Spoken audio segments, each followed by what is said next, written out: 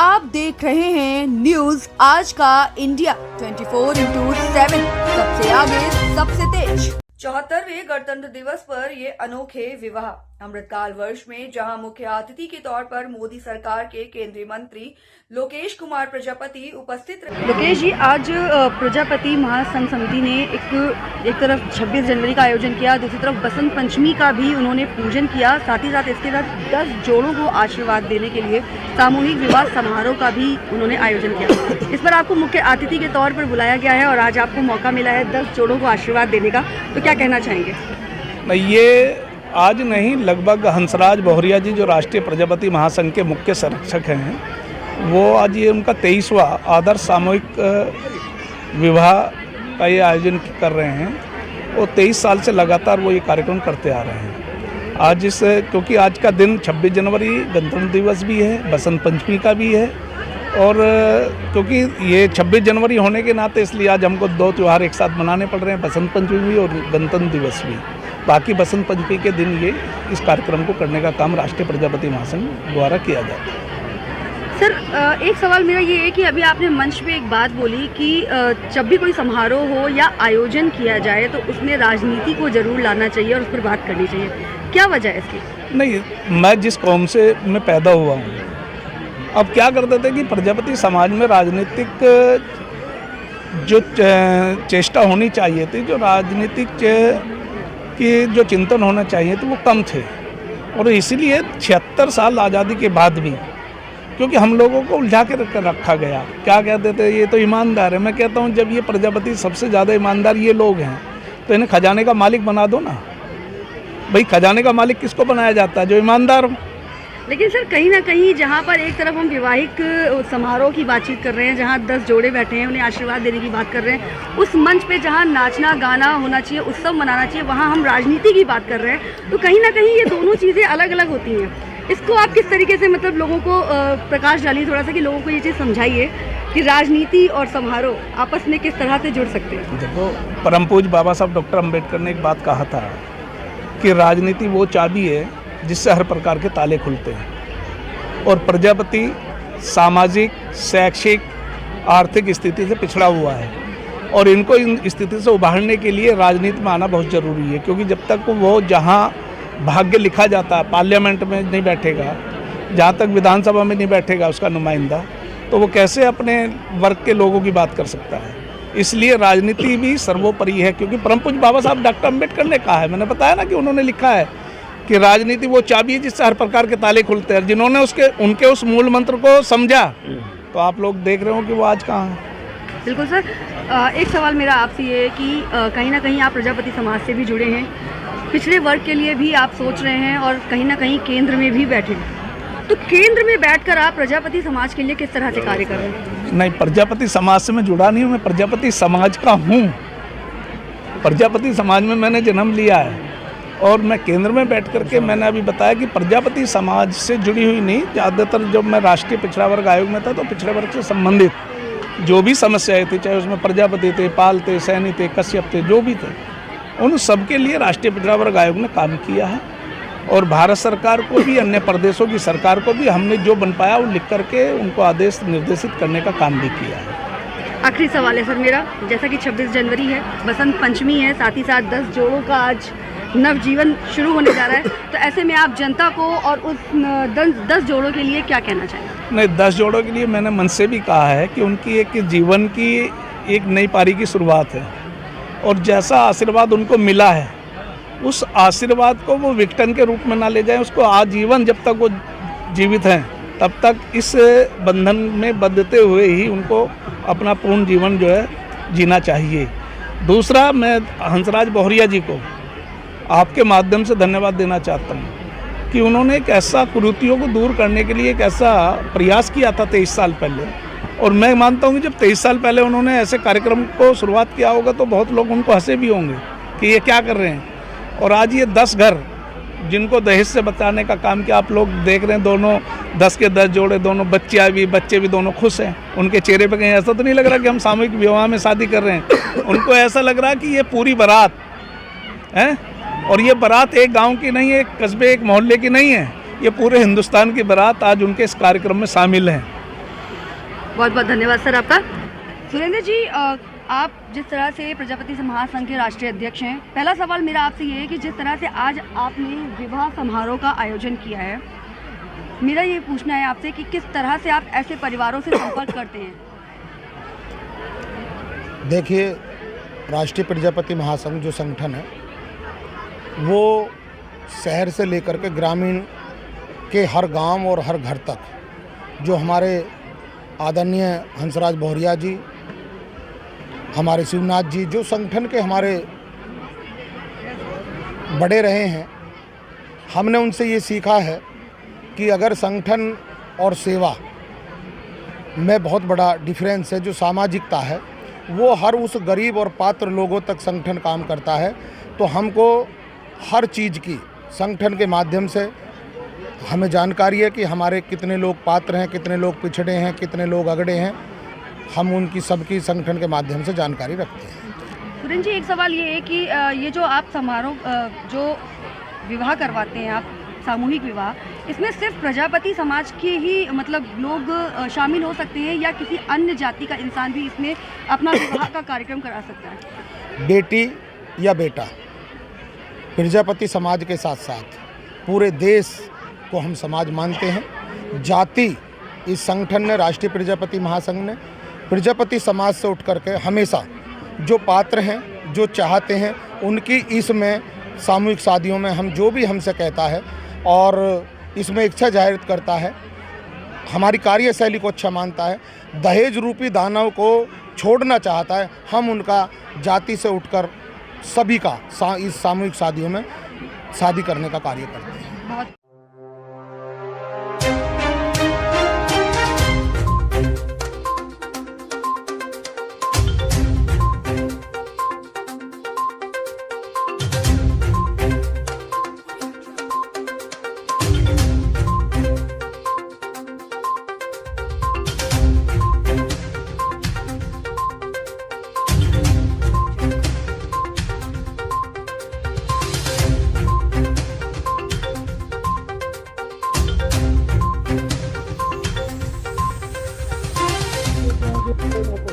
और जब भी मैं गया उसी काम मैंने काम किया है।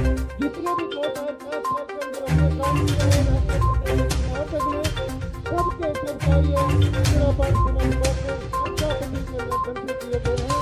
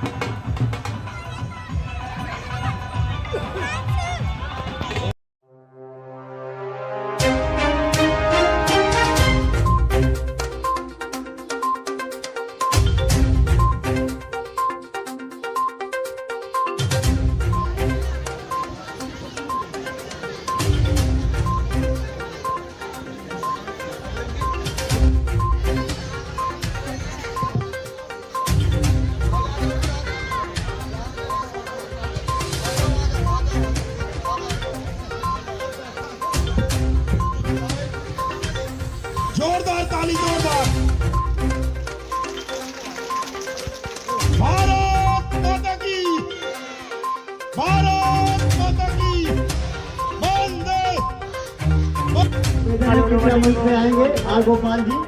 प्लस में जो हमारे बुजुर्ग रह गए हैं कृपया आएंगे मंच पे। प्रजापति विकास प्रजापति संगठन दिल्ली प्रदेश बुद्ध विहार, प्रजापति संगठन दिल्ली प्रदेश बुद्ध विहार जिसके अध्यक्ष श्री चंद्र प्रकाश जी हैं, कृपया अपनी पूरी टीम के साथ मंच पे आने का कष्ट करेंगे। राष्ट्रीय प्रजापति महासंघ उनका हार्दिक अभिनंदन एवं वंदन करता है। श्री चंद्र प्रकाश जी पूरी टीम के साथ आएंगे। प्रजापति संगठन दिल्ली प्रदेश।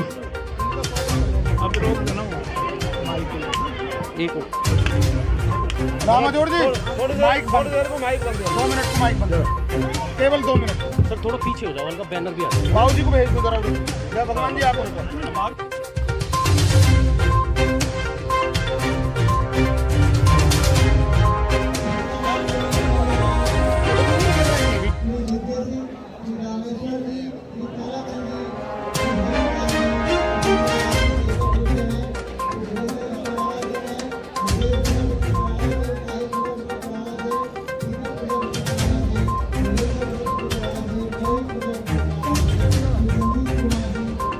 आपको बता दें कि राष्ट्रीय प्रजापति महासंघ द्वारा आयोजित सामूहिक विवाह में दिल्ली प्रदेश अध्यक्ष जय भगवान प्रजापति और राष्ट्रीय संरक्षक हंसराज भौरिया जी ने भी अपना पूर्ण सहयोग दिया। वहीं मीडिया से बातचीत के दौरान उन्होंने बताया कि किस तरह से समाज के हित से जुड़े आयोजन आयोजित किए जाते हैं।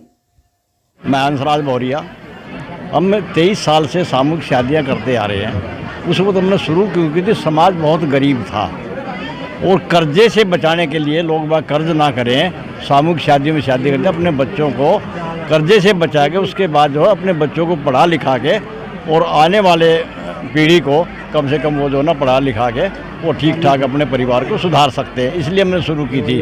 आज भी हम लोग जो है सामूहिक शादी इसलिए करते हैं कि लोग बाग कर्जे से बचें, वाहियात का पैसा ख़राब ना करें। वाहियात क्योंकि बाकी घर में शादियाँ करते वाहियात का पैसा खर्च होता है और जो घर में शादियां करते हैं उससे भी आप देख रहे हैं कि उससे भी बहुत अच्छे तरीके से बहुत मान सम्मान के साथ सामूहिक शादियों में हम लोग शादियां करते हैं। और इसके साथ समाज के साथ साथ यदि हमारे साथ कोई और भी गरीब परिवार आता है कि जी हमारे जोड़े, उसके भी मना नहीं करते, उसकी भी शादी हम साथ में करते हैं जी। तो सर, जैसा कि हंसराज जी ने भी कहा कि 23 सालों से इस सामूहिक विवाह का आयोजन आप लोग करते आए हैं, लेकिन सवाल मेरा ये है कि इस आयोजन को करने के लिए लोगों का किस तरीके से आपको समर्थन मिलता है, किस तरीके से सपोर्ट मिलता है कि आप इतना भव्य आयोजन कर पाते हैं और जोड़ों को आशीर्वाद के साथ साथ उनकी ज़रूरत की चीज़ें भी उपलब्ध करा पाते हैं। देखिए, जिस समय हम 2-2.5 महीने पहले प्रचार करना शुरू करते हैं, व्हाट्सएप पे डालते हैं, जैसे अभी हमने शादियाँ की तो बहुत सारे साथी हमारे फ़ोन नंबर लेके जाते हैं और उसके बाद पूरे साल हमारे पास कॉल आती रहती है कि अगला प्रोग्राम आपका कब होगा। हम दिन निश्चित करते हैं, जैसे ही निश्चित करते हैं तो वैसे वैसे हमारे पास कॉल आना शुरू हो जाती है, जोड़ों का रजिस्ट्रेशन हो जाता है। और हमारी संस्था का मेन एक मुख्य उद्देश्य यही है कि इस समाज को आगे बढ़ाया जाए और शिक्षित करे, क्योंकि शिक्षा ही एक ऐसी चाबी है कि सब तालों की चाबी शिक्षा से खुलेगी। शिक्षित होगा, अच्छे स्कूलों में बच्चा पढ़ेगा तो भाई नौकरी, IAS, IPS, डॉक्टर सब कुछ बन सकते हैं। कोई अगर बिजनेस भी चलाए तो बिना शिक्षा के वो बिजनेस भी अधूरा है। और ये कैसे कर सकते हैं संभव? सामूहिक शादियों में जो खर्चा हमारा बचता है उस पैसे को शिक्षा पे लगाए ताकि हमारा बच्चा आगे से आगे निकल सके। बहुत बहुत धन्यवाद सर आपका। आपके उस लेटर हेड पर भारत सरकार संज्ञान ले रही है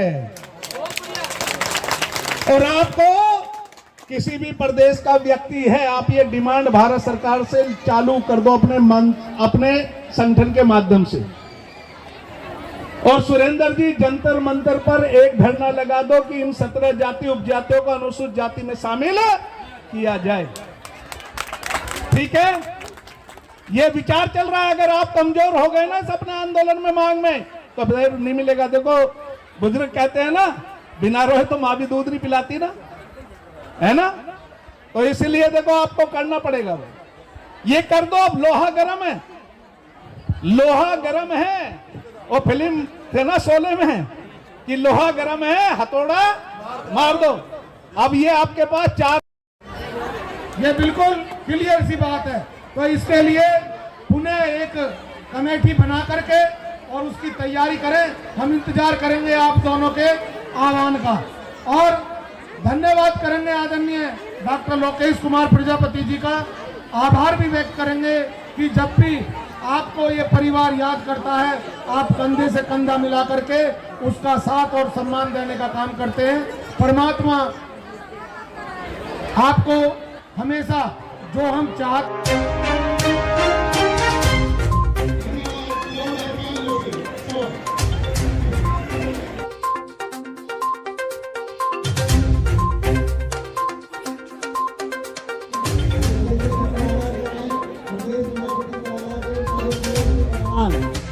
इस जोड़े को तैयार किया श्री नंदलाल जी ने। राष्ट्रीय प्रजापति महासंघ उनका हार्दिक अभिनंदन करता है। विशाल भावना इस जोड़े को तैयार किया।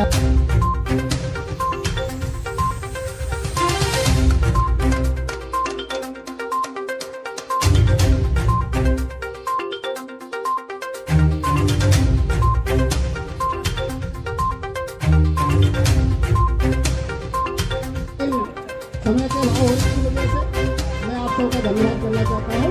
भारत माता की। मैं डॉक्टर वेद प्रकाश जी से निवेदन करूंगा कि वो भी आ जाए, कृपया उनका भी स्वागत है। श्रीमान राष्ट्रीय अध्यक्ष प्रजापति महासंघ और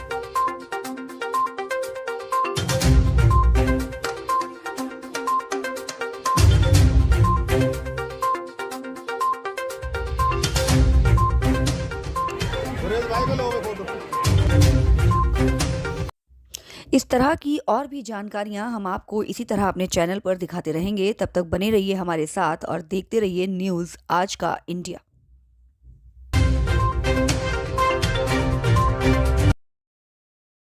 आप देख रहे हैं न्यूज़ आज का इंडिया 24/7, सबसे आगे सबसे तेज।